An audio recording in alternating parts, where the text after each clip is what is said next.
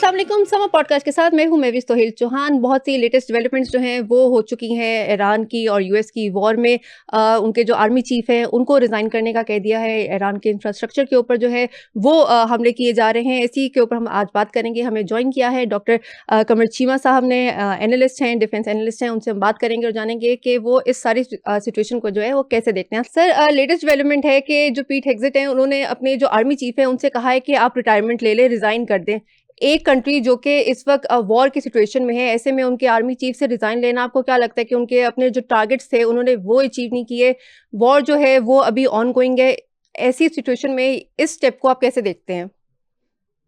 बहुत शुक्रिया। देखिए, पहली बात तो ये है कि इसका मतलब ये है कि जो पॉलिसी अमेरिकी पॉलिटिकल एडमिनिस्ट्रेशन की है, उसको उनकी जो मिलिट्री है वो पूरी तरह ओन नहीं करती। हम्म। आपने देखा होगा कि उनके जो काउंटर टेररिज्म के जो हेड थे हम्म। उन्होंने भी इस्तीफा दे दिया। बिल्कुल। फिर आप देखिए कि अगर 3 जनरल्स को कहा जाए कि हम्म। आपने सुबह ऑफिस नहीं आना और रिटायरमेंट ले लें, इसका मतलब ये है कि वो इस सारे प्लान से एग्री नहीं करते। और जब वो एग्री नहीं करते तो वो ज़ाहिर बात है वो अपनी पोजीशन पे नहीं रह सकते। तो पॉलिटिकल साइड कुछ और चाहती है, मिलिट्री साइड कुछ और देख रही है। और आई थिंक नॉर्मली ये कहा जाता है कि जो लोग मिलिट्री में होते हैं दे आर मोर रैशनल होते हैं, हम्म। बिकॉज़ उनको पता होता है कि कैटास्ट्रोफिक सिचुएशन डेवलप होती है, हम्म। लोगों को मारा जा रहा है, सिविलियन हम्म। टारगेट्स हैं, ग्राउंड सिविलियन सिचुएशन से वो इंफ्रास्ट्रक्चर। ज्यादा वाकिफ होते हैं।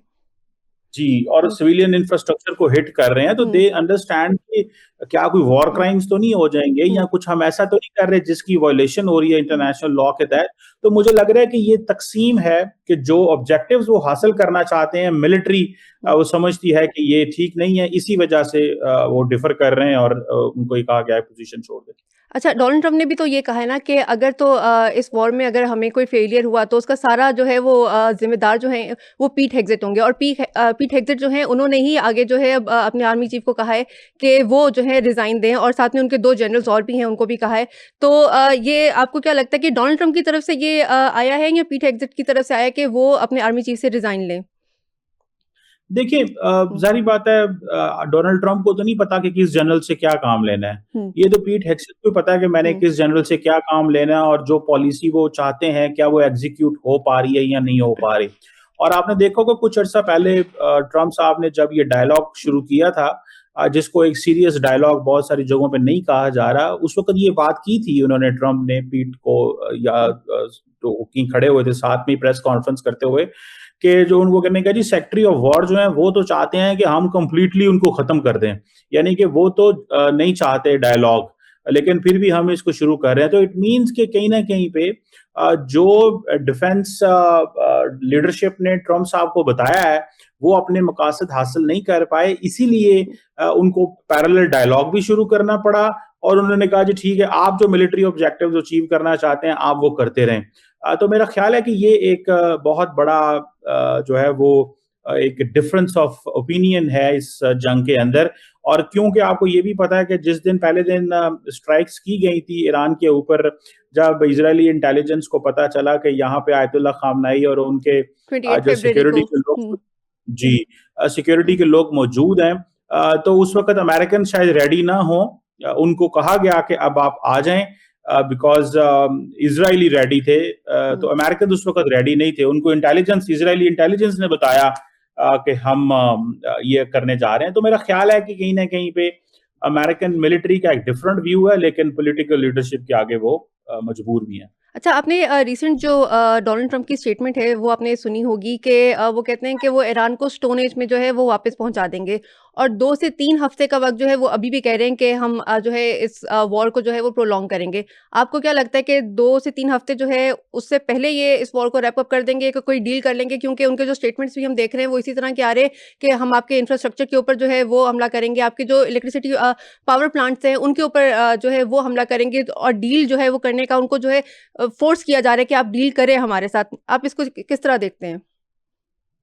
देखिए, ट्रम्प साहब तो डील ये करना चाहते हैं कि वो ये कहेंगे जी ठीक है, मैंने ईरान को तबाह भी कर लिया हुँ। और मैं अब उससे डील भी कर रहा हूँ। जबकि इज़राइल का जो मौक़िफ़ ये है, वो चाहता ये है कि हम ईरान को इतना डैमेज करें कि ईरान का अगला सारा वक्त जो है वो अपनी रिकंस्ट्रक्शन रीबिल्डिंग पे लगा रहे, और ना तो वो अपने रेजिस्टेंस नेटवर्क्स को दोबारा खड़ा कर सके।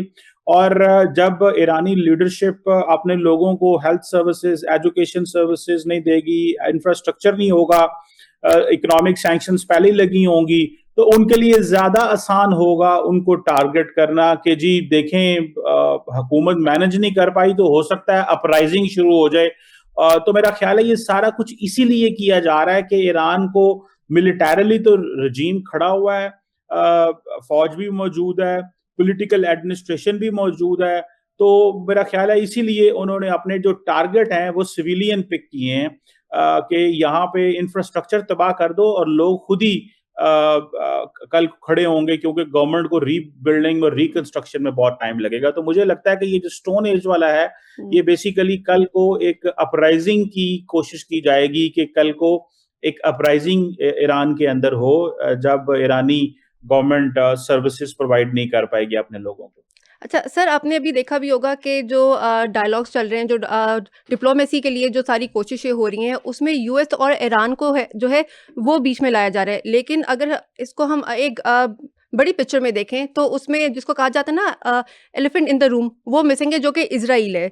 वो आप क्या कहेंगे कि वो इन डिप्लोमेसी को, इन टॉक्स को, जो डील चाह रहे हैं कि डोनाल्ड ट्रंप हो जाए, उसमें उस तरह नहीं दिख रहा कि वो उनको सपोर्ट कर रहे हैं? देखिए, मुझे ऐसे लगता है कि ये जो डील हो रही है इसमें इसराइल के साथ कौन बैठेगा? हम्म, कौन? अब पाकिस्तान तो नहीं बैठ सकता इसराइल के साथ, बिल्कुल। ठीक है? इजिप्ट भी नहीं बैठ सकता, हम्म। तुर्की भी नहीं तुर्क बैठ सकता। मसला ये है कि ये अमेरिका के हुँ, साथ ही सबके ताल्लुकात हैं, तो हुँ, अमेरिकन की वजह से ही चीजें जो हैं वो इस नहज पे पहुंची हैं, और अमेरिका ने गो हेड देना है तो ये खत्म होनी है जंग। तो ये तस्वर तो यही किया जा रहा है कि इसराइल की अपनी तो से कोई नहीं है हुँ, इस जंग के हवाले से, तो ये सब कुछ कर तो अमेरिकन के बिहेस्ट पे हो रहे हैं। तो मुझे लगता है कि ये ना तो इसराइल के साथ कोई बात करना चाहता है, ना इसराइल के साथ किसी के किस्म का कोई इस तरह का कनेक्शन है। तो ये अमेरिका और ईरान की ही बात होगी। और इससे पहले आपको याद है कि जिनीवा के अंदर या ओमान के अंदर जो टॉक्स हुई थी वो भी अमेरिका और ईरान की टॉक्स थी। तो बिल्कुल। मेरा ख्याल है ये इसी तरह ही चलेगा। तो इसराइल से तो कोई बात नहीं करेगा, लेकिन इसराइल जब वक्त आएगा तो जाहिर बात है अमेरिका जो है, American are talking on behalf of Israel as well. हुँ। सर, लेकिन अगर हम लोग देखें तो इज़राइल जो है वो नॉन स्टॉप जो है वो बम्बार्डमेंट कर रहा है ईरान के ऊपर। थोड़ी-सी जो है हमें लगता है, उम्मीद जागती है कि अच्छा चलो डायलॉग्स जो हैं वो थोड़े से कामयाब हो जाएँगे, दोनों जो कंट्रीज़ हैं वो एक टेबल पे आके शायद बैठ जाएँ। लेकिन उतने में हम देखते हैं कि इज़राइल जो है वो आके फिर से कोई ना कोई जो है हेवी बम्बार्डमेंट जो है वो ईरान पे कर देता है। तो इज़राइल का जो है वो अभी तो हमें ऐसा लग रहा है जैसे कोई मूड नहीं है कि ये जंग जो है उसको किसी तरह ख़त्म की जाए। देखिए, इज़राइल तो चाहता है कि बड़े पैमाने के ऊपर जो है वो बम्बार्डमेंट हो, बड़े पैमाने पे, हुँ, और उनका सारे का सारा इंफ्रास्ट्रक्चर ही तबाह हो जाए, और सारे का सारा जो फोकस है ईरान का वो इस चीज पे आ जाए कि ईरान अपनी रीबिल्डिंग पे लगा रहे बस। हुँ, असल मसला इज़राइल को प्रॉब्लम ये है कि जब ईरान ताकतवर होगा तो ईरान वो जो प्रॉक्सीज हैं जो इज़राइल के करीब हुँ। हैं, फॉर हिज़बुल्लाह एग्जांपल हो सीरिया गई, के हमास है। अंदर, लेबनान हुँ, के अंदर हुँ, होती, उनको मजबूत करेगा हुँ, और इज़राइल को इंगेज रखेगा। तो वो चाहता है कि मैं ऐसी सिचुएशन पैदा करूं कि मैं ईरान को कमजोर करूं ताकि ईरान अपने घर में मसरूफ रहे। तो इज़राइल की स्ट्रैटेजी पहले भी यही थी कि पहले उन्होंने प्रॉक्सीज को खत्म किया, कमजोर किया, और फिर वो ईरान के अंदर घुसे हैं, और अब वो यहाँ पे मजीद रहना चाहते हैं। और अभी ईरान जो टॉक्स कर रहा है, ईरान को इसी चीज से इंटरेस्ट है ना कि भाई हमें लॉन्ग टर्म इंश्योरेंसेस दी जाए, गारंटीज दी जाए कि आपने जून में पिछले साल हमला किया, हुँ। फिर आपने लोकल अपराइजिंग करवाने की कोशिश की, अब आप फिर हम पे हमला कर दिया, तो आइंदा फिर आप हमला कर सकते हैं। तो क्या गारंटीज हैं?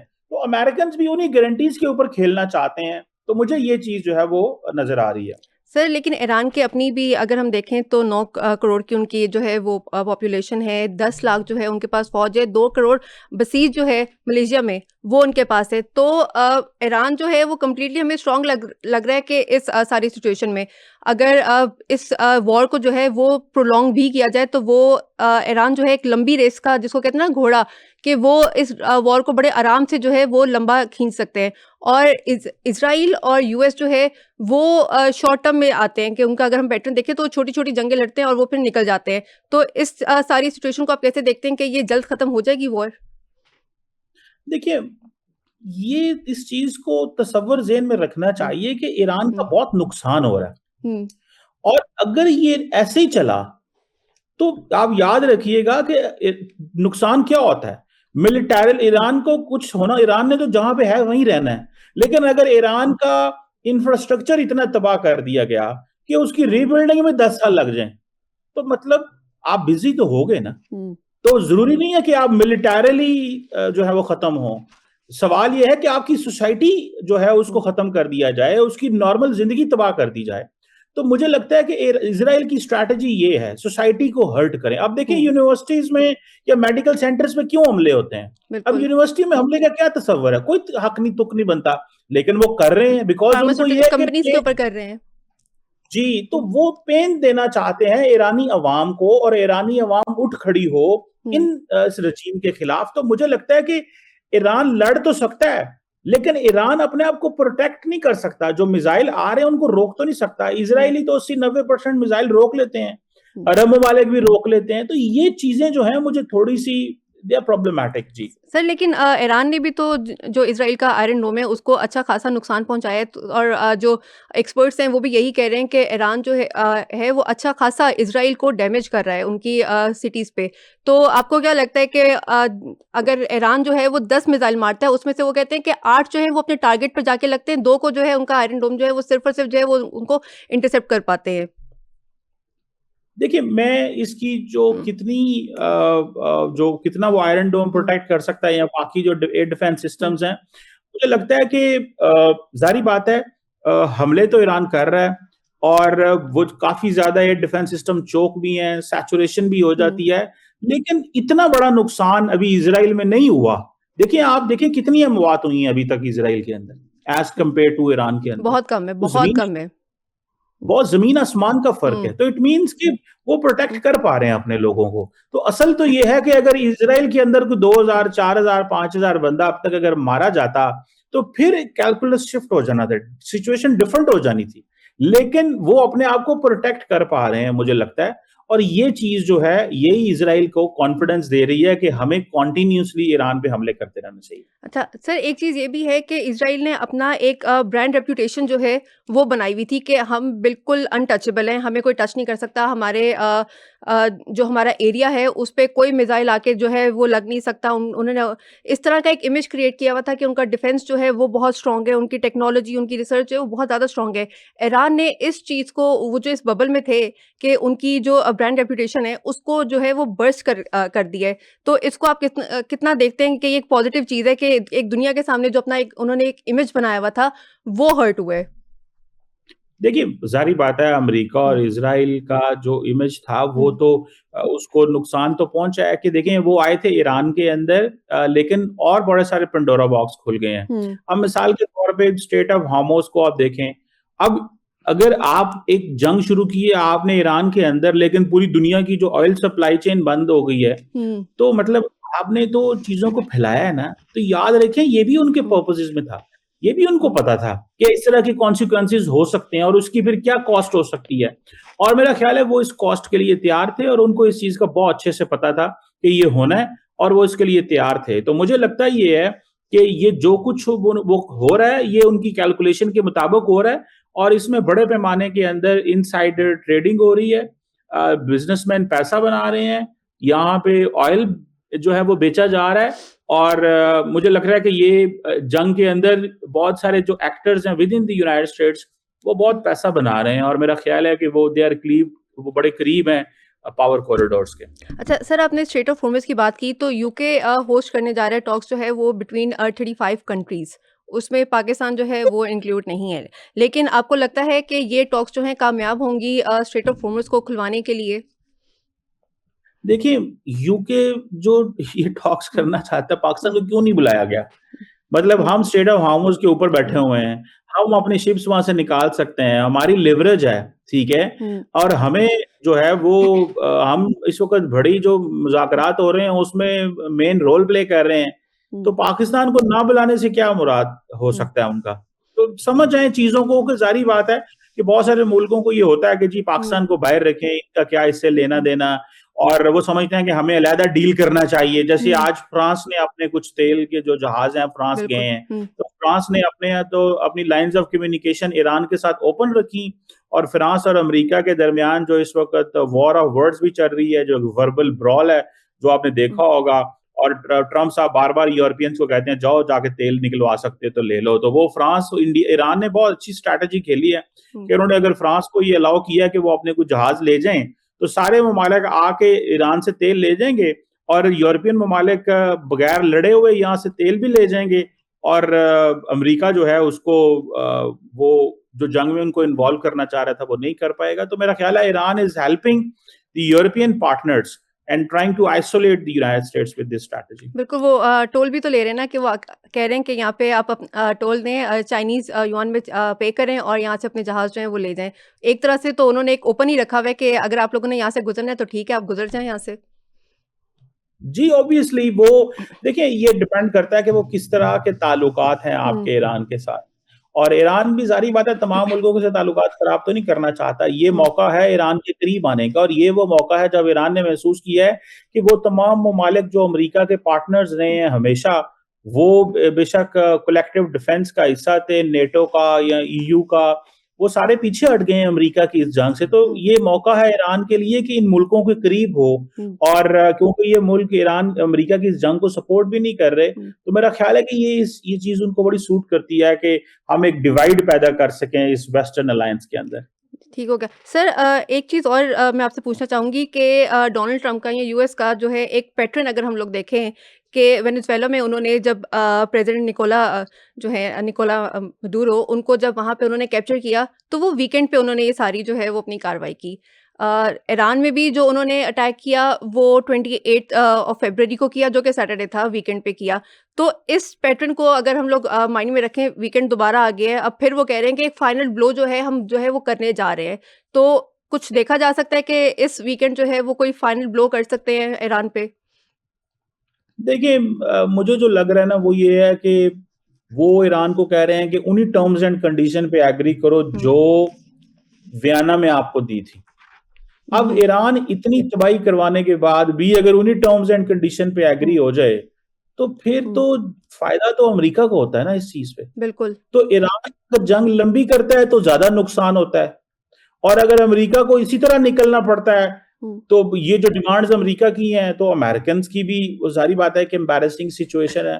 तो ये बड़ी डिफ़िकल्ट है। ये अब देखिए जंग जो है ना, अब सवाल ये पैदा हो सकता है कि ईरान कितनी पेन बर्दाश्त कर सकता है। हुँ, और क्या कितनी लॉन्ग टर्म कर सकता है। देखिए 30-40 साल सैंक्शंस हों, फिर एक्टिव आपको जंग लड़नी पड़ जाए और उस जंग में पूरी की पूरी ईरानी कौम का हर बंदा उससे मुतासर हो, तो इम्प्लीकेशंस तो इसकी होंगी ना। तो ये तो सवाल ये पैदा होता है कि क्या ईरानी लोग जो हैं, वो उस पेन को बर्दाश्त करना चाहते हैं, जो पेन उनके ऊपर लाई जा रही है।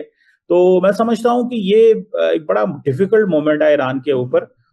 देखना है कि ईरानी कौम कैसे जो है वो इससे लड़ती है। अच्छा सर आपने ट्रम्प साहब की जो है लास्ट स्पीच भी सुनी होगी, उसके ऊपर हर कोई जो है वो बहुत कमेंट्स पास कर रहा है। तो आपको लगता है कि उनकी स्पीच जो है वो जस्टिफाई कर रही है ईरान वॉर को? देखिए, वो तो हुँ, ट्रम्प साहब आपको पता है कि एक एक्सेंट्रिक सी पर्सनैलिटी हैं हुँ, और वो अपनी जो पोज़ीशंस हैं, वो चेंज करते हुँ, रहते हैं और वो इसको अपनी अनप्रेडिक्टेबिलिटी कहते हैं हुँ, और वो समझते हैं कि ये जो मेरी अनप्रेडिक्टेबिलिटी है, ये मेरी हुँ, स्ट्रेंथ है। हुँ, तो ये जो कुछ वो कर रहे हैं मेरा नहीं ख्याल ना तो उनको परवाह है, ना उनको कोई बता सकता है और ना ही आज तक कभी किसी ने उनको बताया कुछ। और जो उनको बताने की कोशिश करता है यकीनन वो उनके इनर सर्कल में उस तरह नहीं रह सकता। तो ये चीज़ें जो हैं वो मुझे नज़र आ रही हैं कि वो अपनी पोज़ीशन बदलते रहते हैं और उनको ना ही कोई चैलेंज करता है, ना ही उनसे कोई पूछता है और अगर कोई पूछने की कोशिश भी करे तो वो मेरा ख़्याल है उसको अपने सर्कल से निकाल देते हैं। तो मेरा ख़्याल है कि ये वो अपनी मर्ज़ी से सारी चीज़ें करेंगे और उनको कोई फ़र्क नहीं पड़ता, लॉ क्या कहता है, इंटरनेशनल लॉ क्या कहता है, अमेरिका क्या कहेगा, यूएन क्या कहेगा? पार्टनर्स क्या हर कहेंगे। चीज़ की तो उन्होंने धज्जियाँ उड़ा के रख दी हुई है। देखें जैसे कि वो आप देखें ना यूरोपियन, पहले उन्होंने कहा जी कि हम बगैर अपने पार्टनर्स के जंग करेंगे, फिर कहा नहीं हमें आपकी जरूरत है आप आए, फिर उन्होंने कहा तुम नहीं आए चलो ठीक है याद रखना हम आइंदा देखेंगे, फिर उन्होंने कहा हम नेटो से बाहर निकलना चाहेंगे। तो बहुत सारी पोजीशंस वो अपनी चेंज करते रहते हैं, तो ये जाहिर बात है फिर जो वो गल्फ लोग हैं स्टेट्स को वो भी बीच में लेकर आना चाह रहे हैं कि वो भी बीच में आ जाएं। जी, तो वो उनको भी लेके आना चाहते हैं, फिर सबको चाइना जापान को भी कह रहे थे आ जाओ तुम इस इलाके में आओ खुलवाओ इसको। तो उनकी डिफरेंट किस्म की पोजीशंस हैं, लोगों को उनकी अब उस पोजीशन का पर्सनैलिटी का काफी हद तक पता चलता है। सर, ईरान के जो फॉरेन मिनिस्टर हैं मिस्टर ज़रीफ, वो कहते हैं कि तेहरान को जो है अपनी विक्ट्री डिक्लेयर करके डील कर लेनी चाहिए। तो आप उनके इस बयान को कैसे देखते हैं? देखिए ये बयान भी कोई बुरा बयान नहीं है। हुँ, देखिए लोग शायद ये कह रहे हैं कि ईरान को लड़ना चाहिए, मैं नहीं समझता ईरान को लड़ना चाहिए लंबा। उसकी वजह ये है कि उनके लोगों के ऊपर जो है वो बहुत ज़्यादा नुकसान हो रहा है। लेकिन सवाल ये भी पैदा होता है ना कि अगर आज ईरान बंद कर भी देता है जंग, 4 महीने बाद फिर इज़राइली आ जाते हैं हुँ। और फिर हमले शुरू कर देते हैं, फिर क्या होगा? तो वो यही तो तो मेरा गारंटी ख्याल चाह रहे हैं ईरान के इस चीज़ की गारंटी कौन देगा कि आइंदा इन फ्यूचर जो है ईरान के ऊपर कोई हमला नहीं होगा यूएस की तरफ से, इज़राइल की तरफ से? जी, तो ये हुँ, देखिए ये चीज़ें जो हैं वो हमारे सामने आ रही हैं, ठीक है? हुँ, और बड़ी क्लियरली सामने आ रही हैं कि ये हमें हमें पता चल रहा है कि भाई हालात जो हैं वो हुँ। खराब हो रहे हैं। सो मुझे लगता है कि ईरान को ज़रूर फैसला करना चाहिए लेकिन गारंटीज़ भी माँगनी चाहिए। सर और याद रखें जी। जी सर आप कंटिन्यू करें। मैं बस याद रखें कि ईरान अकेले का नुकसान नहीं हो रहा, नुकसान तो और मुल्कों को भी हो रहा है। हुँ, लेकिन ज़ाहिर बात है ईरान का हक है कि वो गारंटीज़ माँगे। वो पूछे और मुल्कों से भी कि भाई ये रोज़ाना ही क्या ऐसे चलेगा? ये चीज़ें तो ईरान को चाहिए कि वो वन्स फॉर ऑल ये क्लियर हो जानी चाहिए। लेकिन अगर अमेरिका कुछ लिए बगैर यहाँ से चला जाता है जो कि बड़ा हुँ, मुश्किल लगता है हुँ। क्योंकि अमेरिकन्स अगले 4 महीने हफ्तों के लिए तैयार हैं जंग लड़ने के लिए। और अब जो जंग लड़ी जा रही है उसमें लेकिन सर इंफ्रास्ट्रक्चर अगले की 4 जो हफ्तों में फिर उनका विज़िट भी तो आ रहा है ना चाइना का और फिर यूके से किंग भी जा रहे हैं उधर अमेरिका तो ऐसी सिचुएशन में वो वॉर की सिचुएशन में आपको लगता है कि चाइना का विज़िट जो है वो कर पाएँगे? अगर इसको वो लंबा देखिए खींचते पहले हैं? पोस्टपोन किया है तो अभी हुँ, देखिए 15 14 15 मई को है, हुँ, अभी तो 6 हफ्ते पड़े हुए हैं ऑलमोस्ट उसको। हुँ, तो 6 हफ्ते तो बहुत होते हैं जंग के हुँ, अंदर जब आपको रोज़ाना सैकड़ों टारगेट हुँ। आप किसी मुल्क के अंदर कर रहे हो। तो 6 हफ्ते तो बहुत ज़्यादा है for the destruction of Iran अगर अमेरिका की यही पॉलिसी रही है। तो ज़रीफ साहब की बात में वज़न तो है लेकिन बगैर कोई गारंटीज़ लिए हुए क्या रोका जा सकता है? ये भी एक इम्पोर्टेंट चीज़ है और बाद में भी देखा जा सकता है कि ठीक है, आप जंग बंद हो जाए अगर दोबारा अमेरिकन्स आते हैं या हुँ, इज़राइलीज़ आते हैं, तो वो फिर किस अंदाज़ से क्या लेके हुँ, आएँगे? क्योंकि अब तो वो कहते हैं कि हमने इनके न्यूक्लियर प्लांट भी तबाह कर दिए हुँ। सेंटर्स उन्होंने भी खत्म रिजीम कर भी दिए, चेंज कर दी, मिसाइल खुमनाई फैक्ट्रीज़ को भी खुमनाई खत्म से कर चेंज क जी, बिल्कुल। तो हुँ, जो रिलीजियस लीडरशिप हुँ, को भी खत्म कर दिया, हुँ, तो फिर किस लिए हमला करने आएँगे? तो ये सवाल तो हैं, ज़ाहिर बात है ये बड़ी डिफिकल्ट चॉइस हुँ। है ईरान के लिए इस वक़्त फैसला करना। अच्छा सर एक लास्ट कमेंट आपसे लेना चाहूँगी कि इंडिया के जो डिफेंस मिनिस्टर हैं राजनाथ सिंह, उनका अभी रिसेंटली आपने देखा होगा कि उन्होंने एक स्टेटमेंट दिया है कि हमारे जो नेबर हैं वो कोई मिस एडवेंचर जो है वो कर सकते हैं। यानी कि वो हमें मुखातिब करके कह रहे थे कि पाकिस्तान जो है ऐसी सारी सिचुएशन में कोई मिस एडवेंचर कर सकता है इंडिया के साथ। तो आपको क्या लगता है कि पाकिस्तान इतना फ़ारिग है, इतना वेला टाइम है पाकिस्तान के उनके ऊपर इंडिया के ऊपर जो है वो फ़ोकस करे जबकि उनके अपने जो है इंडिया में इतने ज़्यादा जो है वो क्राइसिस चल रहे हैं उनकी इकोनॉमी जो है वो डाउन होती जा रही है और पाकिस्तान जो कि एक फैसिलिटेटर का जो है इस वक़्त रोल प्ले कर रहा है, इतना इम्पोर्टेंट रोल प्ले कर रहा है, तो पाकिस्तान के पास इतना टाइम है कि उनके साथ कोई मिस एडवेंचर करे। देखिए आपको हुँ, पता है अप्रैल का महीना आ गया, बिल्कुल। तो ये पहलगाम का हुँ, वाक़या हुआ था, मई हुँ, में हमारी जंग हुई थी, तो वो ज़ाहिर बात है अवाम का खून गरम करना है, हुँ, जंग में बड़ी इंसल्ट हुई थी, जहाज़ गिराए गए थे, वो तब से फ़ौज रिकवर नहीं कर सकी, चीज़ें नहीं हुँ, कर सकी। तो मुझे ऐसा लगता है कि ये दोबारा बस एक डोमेस्टिक हुँ, कंज़म्पशन के लिए सारा कर रहे हैं, उनको पता तो है कि पाकिस्तान जो हुँ, है वो एग्रेशन नहीं करता, पाकिस्तान रिस्पॉन्ड करता है हुँ। एग्रेशन को। तो ये मेरा ख़्याल है कि सिर्फ़ डोमेस्टिक कंज़म्पशन के लिए है बस। बहुत-बहुत शुक्रिया चीमा साहब आपका, आपके एनालिसिस का। आपने जो हमें सारी एक ओवरऑल पिक्चर जो है वो खींच के दिखाई इस पूरे वॉर की और यहाँ पे मुझे दीजिए इजाज़त। मिलते हैं अगले पॉडकास्ट में। अल्लाह हाफ़िज़।